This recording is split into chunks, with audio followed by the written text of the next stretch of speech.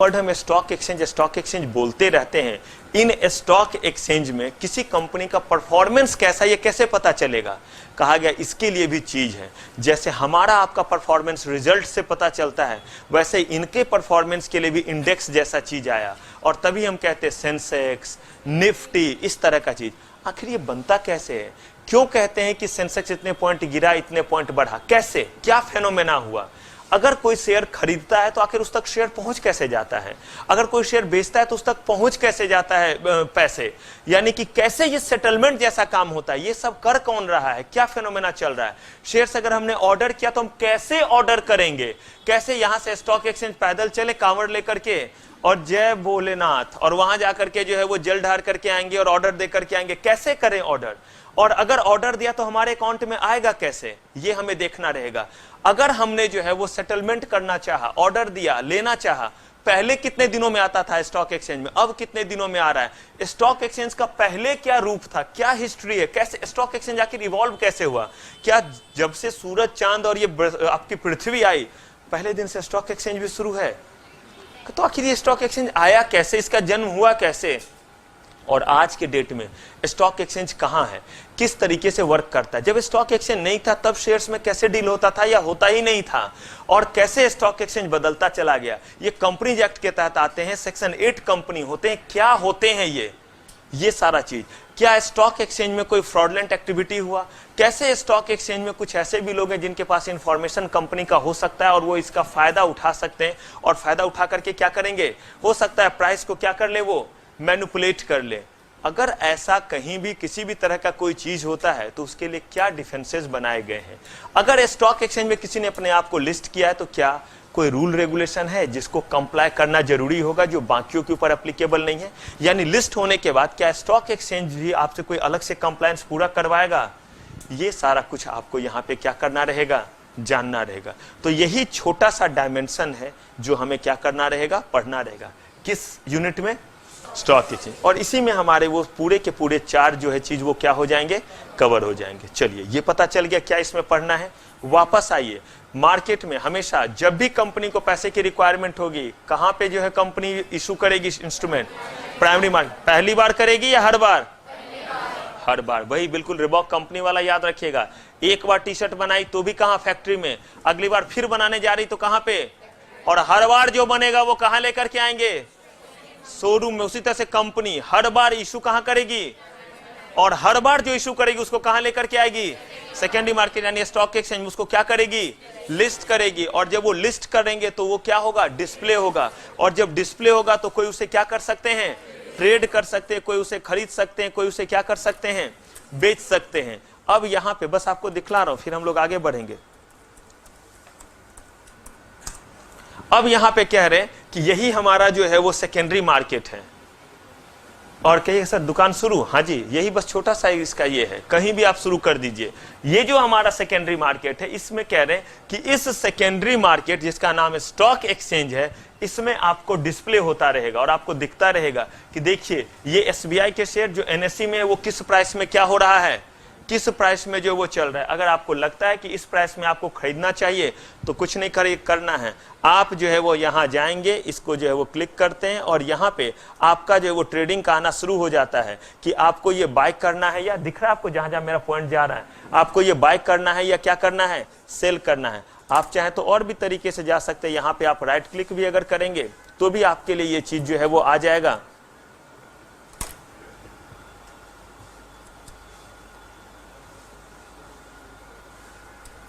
अब यहां पे देखिए, buy doctor Reddy, sell doctor Reddy, जो कंपनी है उसके शेयर्स को आप क्या कर सकते हैं? बाय और सेल कर सकते हैं। ये कब पॉसिबल हुआ? जब ये डिस्प्ले हुआ, लिस्ट हुआ।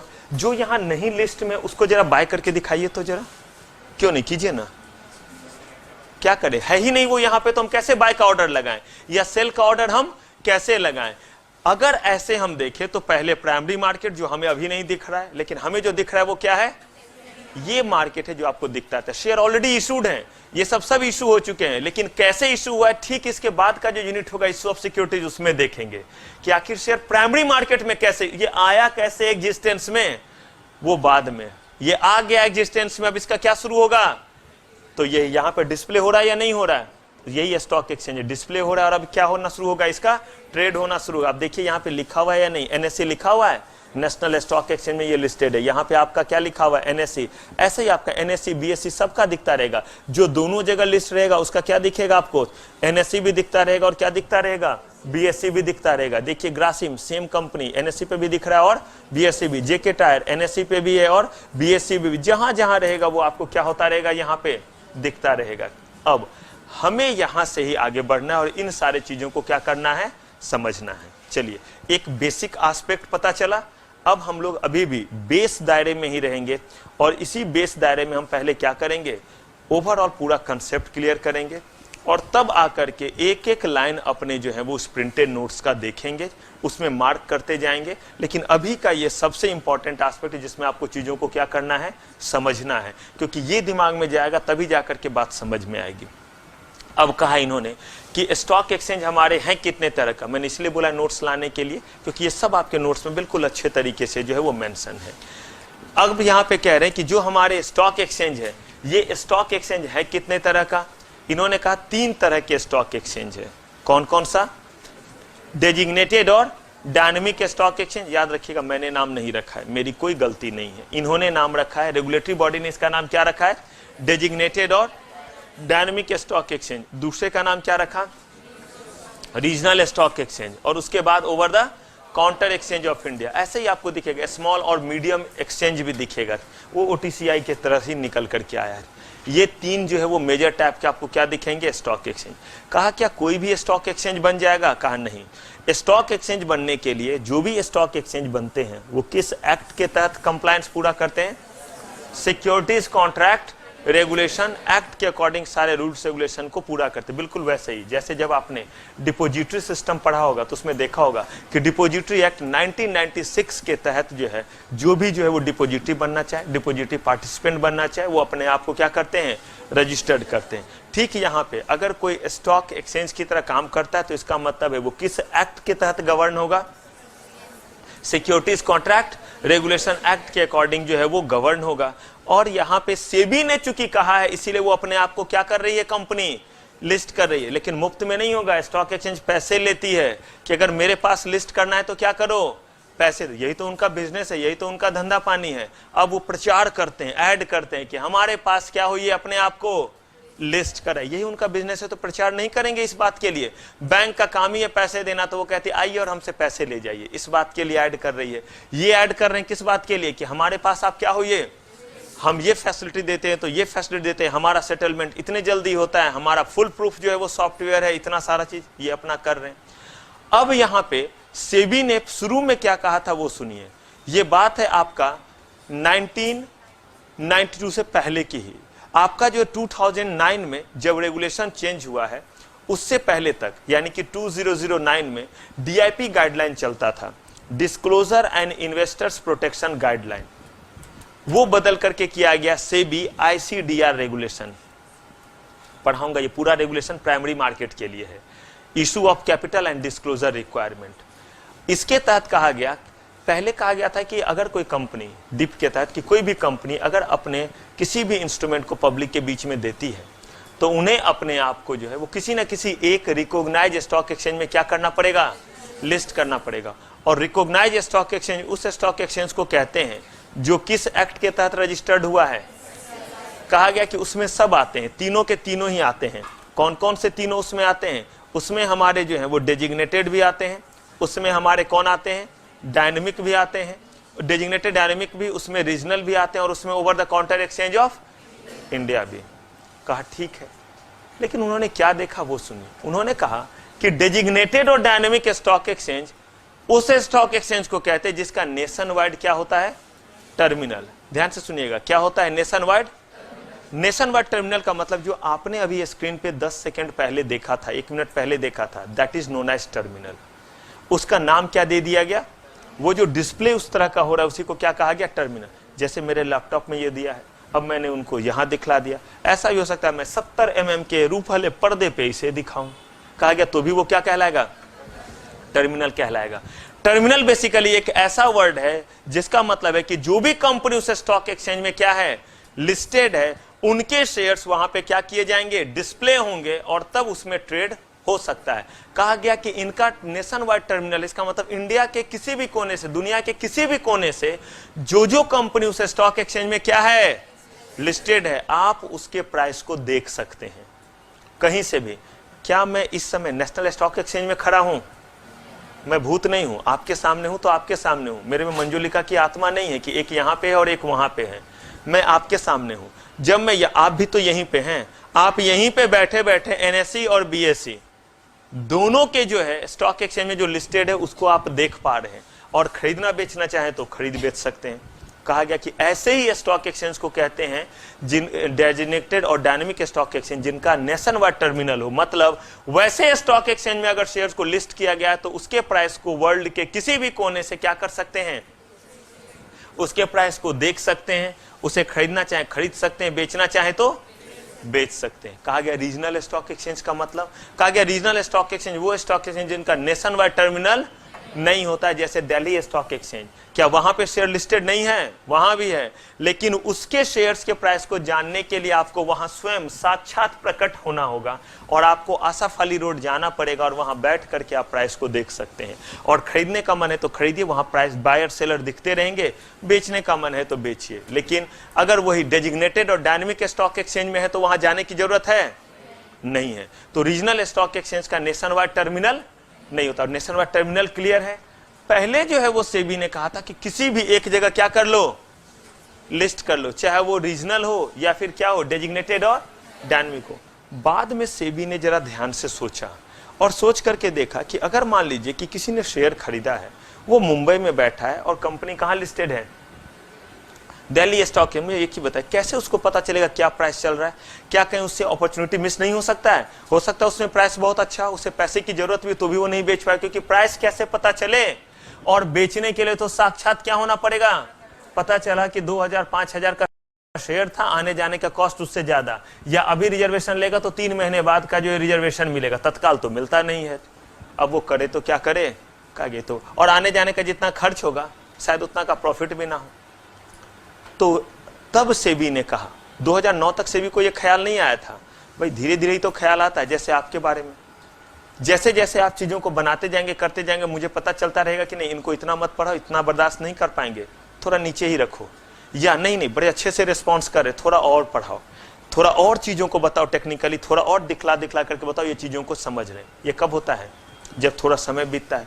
थोड़ा समय बीता, सेबी ने मार्केट को ऑब्जर्व किया और देखा कि ना बहुत बड़ा अपॉर्चुनिटी लोगों का मिस हो रहा है, खास करके उस कंपनी को लेकर के जिस कंपनी ने अपने आप को कहां लिस्ट कर लिया, रीजनल स्टॉक एक्सचेंज में कर लिया। लोगों के लिए क्या होने लगा, वो इनकन्वीनियंट होने लगा। सेबी ने चेंज किया और सेबी ने डीआईपी गाइडलाइन को हटा दिया और इंट्रोड्यूस किया सेबी आईसीडीआर रेगुलेशन। और 2009 में यानी कि 2009 में कहा कि अब जो भी कंपनी पब्लिक के बीच में शेयर इशू करेगी, अपने आप को एक ना एक कहां शामिल करेगी, डेजिग्नेटेड और डायनेमिक स्टॉक एक्सचेंज में करेगी। उसके बाद उनकी मर्जी है, और जितने स्टॉक एक्सचेंज में क्या करना चाहे, और जितने स्टॉक एक्सचेंज में लिस्ट करना चाहे कर सकते हैं। हमारे तरफ से कहीं कोई रोक टोक नहीं है, लेकिन एक न एक क्या होना चाहिए, एक न एक वो डेजिग्नेटेड और डायनेमिक स्टॉक एक्सचेंज होना ही चाहिए, एक न एक। अब बताइए सेबी ने ये अच्छा किया या बुरा किया? अच्छा किया। पब्लिक को जो है लिक्विडिटी ज्यादा हो गया, नहीं हो गया ज्यादा, ठीक है, ये चीज कर दिया उन्होंने। लेकिन रीजनल स्टॉक एक्सचेंज को बंद नहीं किया। बोला कि अगर कोई यहां भी लिस्ट रहना चाहता है तो क्या कर सकता है, रह सकता है, हमें कोई आपत्ति नहीं है। और तीसरा एक कुनबा बनाया किसका, over the counter exchange of India का।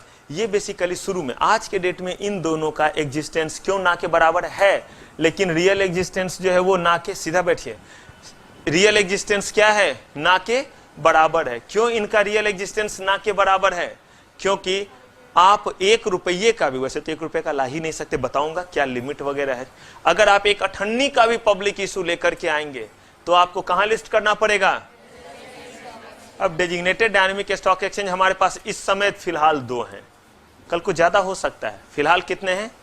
एनएसई और बीएसई, नेशनल स्टॉक एक्सचेंज और रटना नहीं है। क्यों इनको बोल रहे हैं डेजिग्नेटेड या डायनेमिक स्टॉक एक्सचेंज? क्योंकि इनका क्या है, अब ये नेशन वाइड टर्मिनल फिर रट्टा मारेंगे या इसका कोई सेंस है? क्या सेंस है?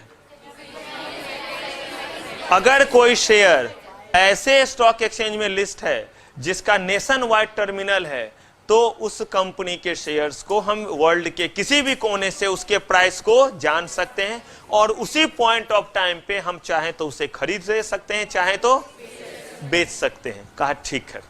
अब अगर हम यहां से बढ़े तो अब लोगों के लिए हुआ कि एक नहीं कि यहां तो जाना ही पड़ेगा कंपनी को, और बाकी जगह जाएंगे तो भी क्या देना पड़ेगा? फीस तो देना ही पड़ेगा। लेकिन फिर भी आप देखिएगा कि बड़ी सारी कंपनी, जो अच्छी कंपनी है, आपको एनएससी पे भी दिखेगा और बड़े सारे रीजनल स्टॉक एक्सचेंज में भी दिखेगा। चलिए ये भी डिस्कशन करेंगे क्यों दिखता है।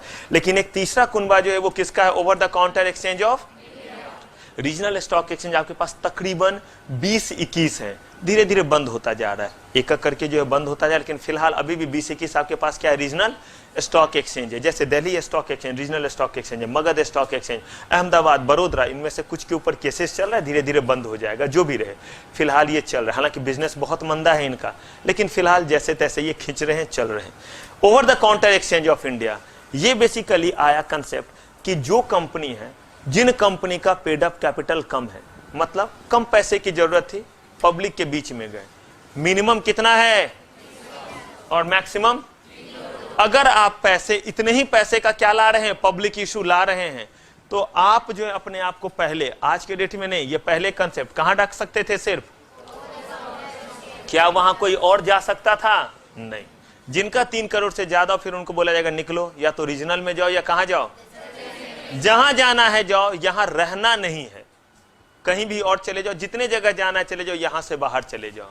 लेकिन अगर कोई जो है ऐसा स्टॉक एक्सचेंज है जिसका इतना ही है और वो चाहे डेजिग्नेटेड डायनेमिक पे आना, तो कहा क्या बिल्कुल आ सकते हो, लेकिन उनके लिए इररेलेवेंट था उस समय इन जगहों पे आना। रीजन ये, पैसे ये बहुत लेते हैं, उससे कम पैसे रीजनल वाले लेते हैं, और सबसे कम कौन लेते हैं?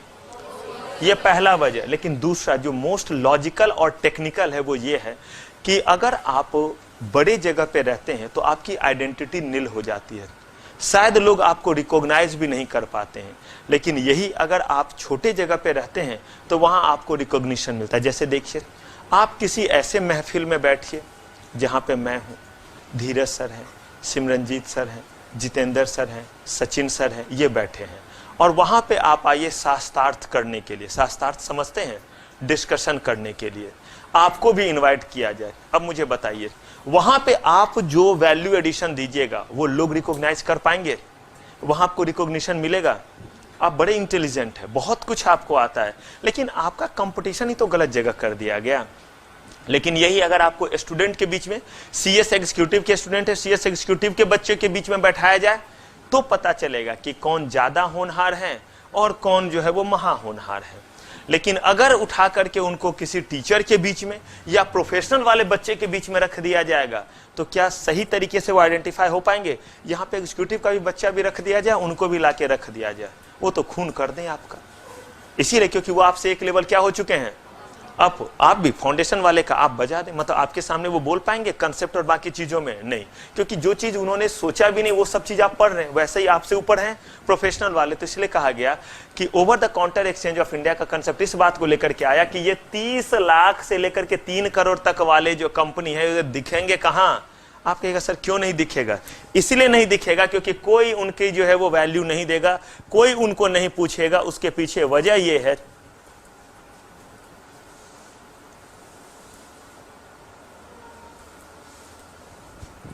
उसके पीछे जो है वो वजह ये है कि मैं आपको दिखलाता हूं। एक कंपनी लीजिए, कोई भी कंपनी, एक जो है वो ले लीजिए, टीसीएस ले।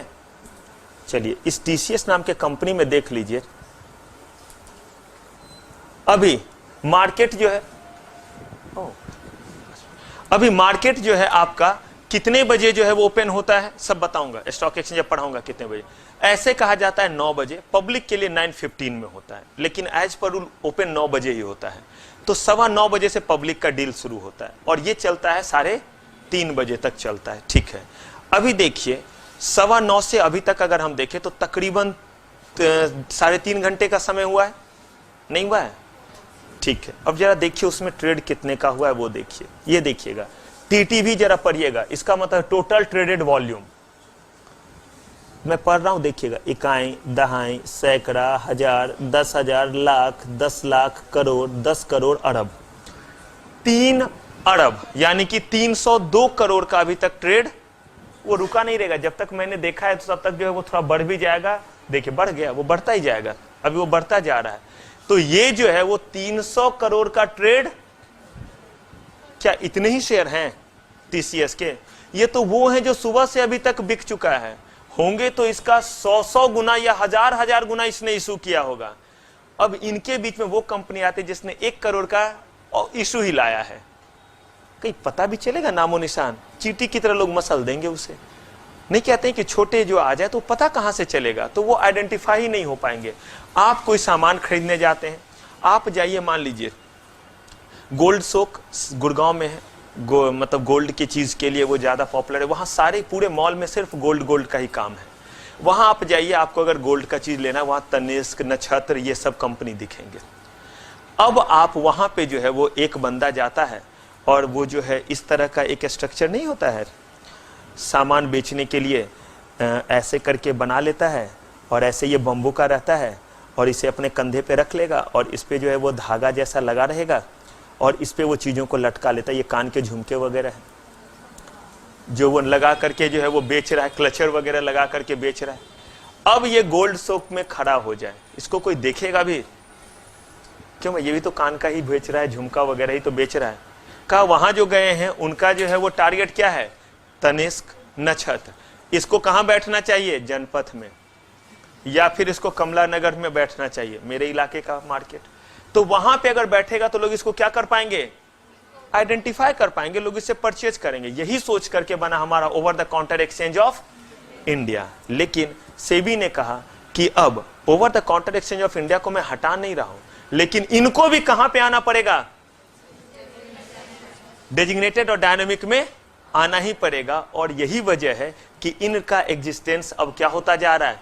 कम। और इसके लिए लॉ कम बनते जा रहे हैं, इसके लिए प्रोविजन अब कम होते जा रहे हैं, इसमें कोई इंटरेस्ट नहीं रहा। जो बना हुआ है उतने से चल रहा है, उसको क्या किया जा रहा है? कैरी किया जा रहा है। अब आखिर डेजिग्नेटेड डायनामिक स्टॉक एक्सचेंज में रहना कंपलसरी है, लेकिन बाकियों में कोई क्यों रहेगा?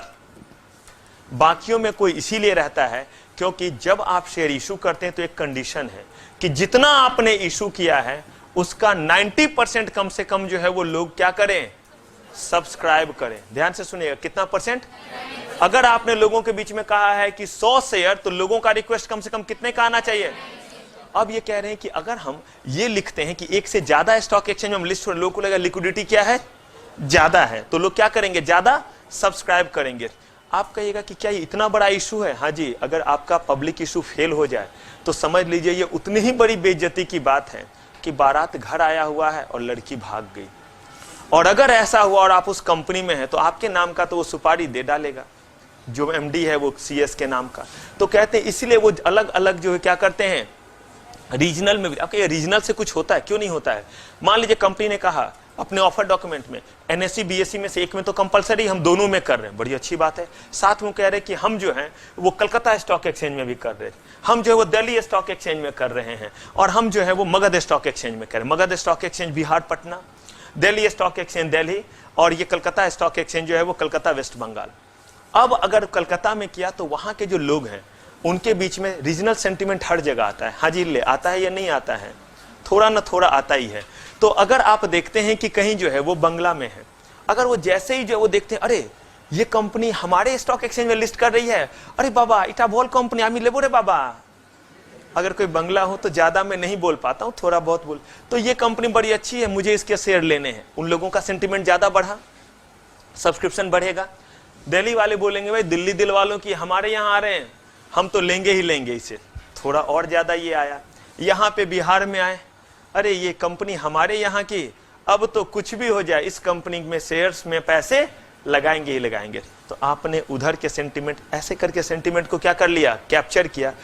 बस इसीलिए ताकि अंडर सब्सक्रिप्शन ना हो। अंडर सब्सक्रिप्शन का मतलब मिनिमम सब्सक्रिप्शन तो हो ही, जो 100 रुपए चाहिए तो 100 रुपए आने भी तो चाहिए, तभी तो प्रोजेक्ट चलेगा। इसीलिए कंपनी एक से ज्यादा स्टॉक एक्सचेंज में अपने आप को क्या कर लेती है? लिस्ट कर लेती है।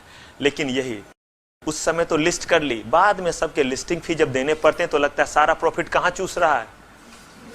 लिस्टिंग फी में ही जा रहा है, तब ख्याल आता है कि कहीं निकलो, कहीं से निकलो। अब उन्हीं को लेकर के नियम कानून बना दिया, ऐसे ही निकलो।